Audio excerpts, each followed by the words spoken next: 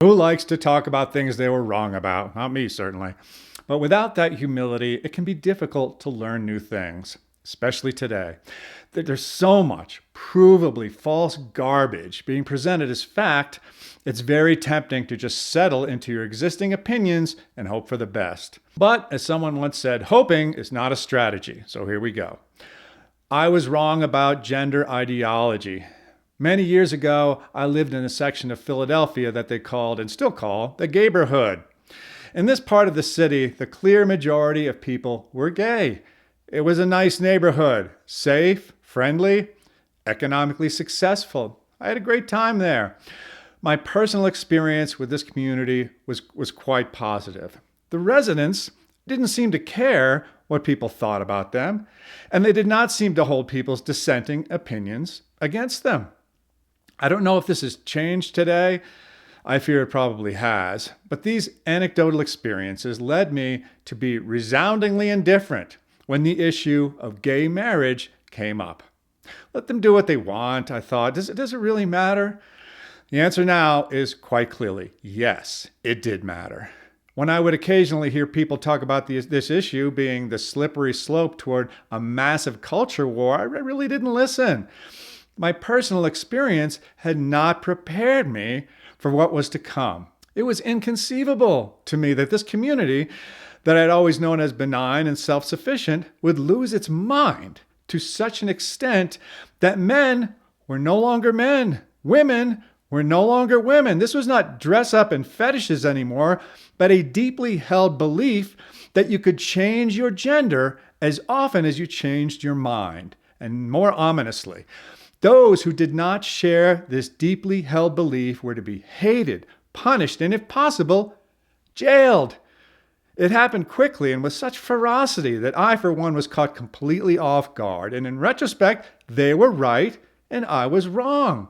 Gay marriage seems to me to have been the point where this previously live and let live community transformed into one that wanted not only equal rights, but superior rights, and the ability to censor, fire, or even imprison people who disagreed. That seems to me to be similar to what happened in the Black community, right around the time of the Civil Rights Movement.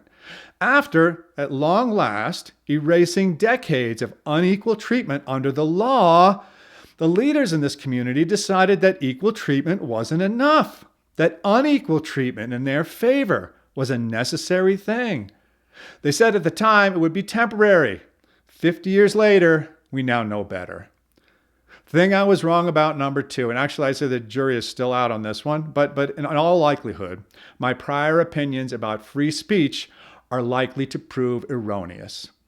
In the past, I didn't think or care much about what today I call private censorship. Clearly, this has been happening for a very long time, before social media was even invented. But in recent years, it became especially pernicious and also, as we come to find out, controlled secretly by the deep state. This is something that deserves a lot more attention than I previously thought. As I've said many times in the past, the answer to too much government intrusion into our lives cannot be more government intrusion into our lives or even different intrusion. It all comes down to the same thing. But make no mistake, we are in a war for free speech. And in wartime, extreme measures are necessary.